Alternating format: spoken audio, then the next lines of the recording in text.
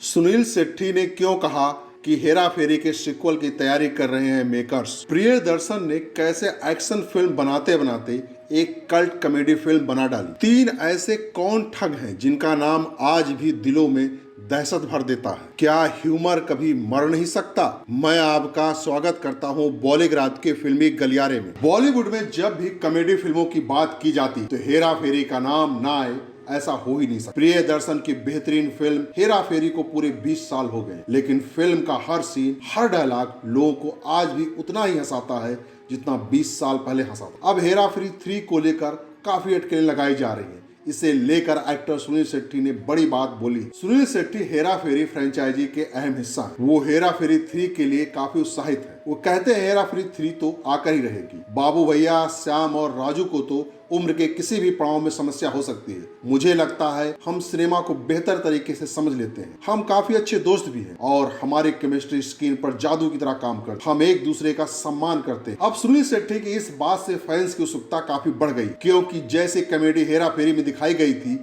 वैसी कॉमेडी किसी दूसरी फिल्म में देखने को नहीं मिली। इस बात को सुनील शेट्टी भी समझते हैं, इसीलिए वो इसके तीसरे पार्ट को लेकर इतने कॉन्फिडेंस है। इस खुशी में सुनील शेट्टी ने इंस्टाग्राम पर फिल्म से जुड़ी यादें ताजा की। तस्वीरों में अक्षय, सुनील और परेश रावल की केमिस्ट्री देखते ही बन रही है। अब इसका तीसरा पार्ट कब रिलीज होता है उसका सभी को इंतजार रहेगा, क्योंकि सुनील शेट्टी के बयान ने फिल्म को लेकर जबरदस्त बाज बना दिया। नेशनल अवार्ड विजेता फिल्म मेकर को फिरोज नाडियावाला ने एक एक्शन फिल्म रफ्तार बनाने के लिए चुना। इस फिल्म में अक्षय कुमार, सुनील शेट्टी और परेश रावल मुख्य भूमिका में नजर आने वाले। उस दौर में अक्षय और सुनील एक्शन स्टार, वहीं परेश रावल नकारात्मक रोल किया करते थे। हालांकि प्रियदर्शन एक्शन फिल्म बनाने को लेकर आश्वस्त नहीं थे, इसीलिए उन्होंने सिद्दीकी और लाल की मलयालम रामजी राव स्पीकिंग का रीमेक हेरा फेरी बनाने का फैसला किया और फिल्म ने तीनों कलाकारों की तकदीर बदल दी। प्रियदर्शन ने कहा, मुझे पूरा विश्वास था कि ये फिल्म सफल होगी। मैं सुनील शेट्टी की सराहना करता हूँ जिनको विश्वास था कि ये फिल्म कल्ट साबित। ऐसा नहीं है कि अक्षय कुमार और परेश रावल को फिल्म पर विश्वास नहीं था, लेकिन वो सुनील ज्यादा कॉन्फिडेंस थे।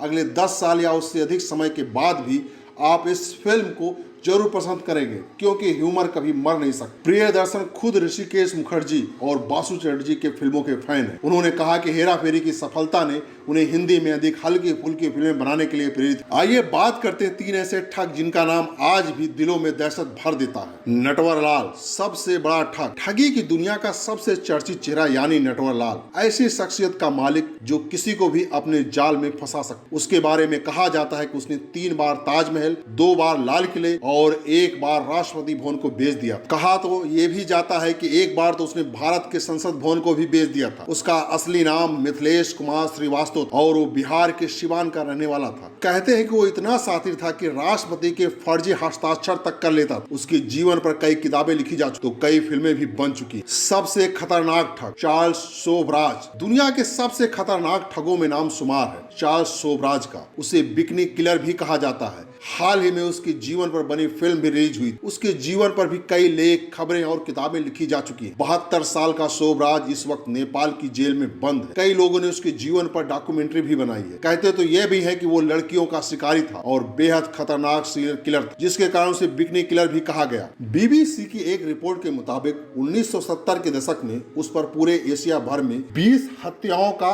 आरोप लगा। सबसे खूंखार ठग बहराम एक निर्मम हत्यारा था। माना जाता है कि उसे अकेले ने 900 से अधिक लोगों की हत्याएं की। 1765 में पैदा हुए इस हत्यारे को 1840 में फांसी की सजा दी गई। वो अपने पीले रुमाल के कारण जाना जाता था। वो इस पीले रुमाल से ही गला दबाकर हत्या को अंजाम देता। उसके गिरोह में करीब 200 सदस्य थे जो पूरे के पूरे काफिले को मार डालते थे और लूट लेते थे। उसका नाम गिनीज बुक में भी दर्ज है। अंग्रेज अधिकारियों के लिए बहराम एक सिरदर्द बन गया और 10 सालों तक अंग्रेज उसे पकड़ने के लिए हर संभव तरीके से आजमाते। तो दोस्तों आज के लिए बस इतना ही। आप हमें कमेंट करके बताइए कि आपको हेरा फेरी 3 का कितना इंतजार है और हेरा फेरी 3 में क्या आप सुनील शेट्टी, अक्षय कुमार और परेश रावल की जोड़ी को ही देखना चाहते हैं?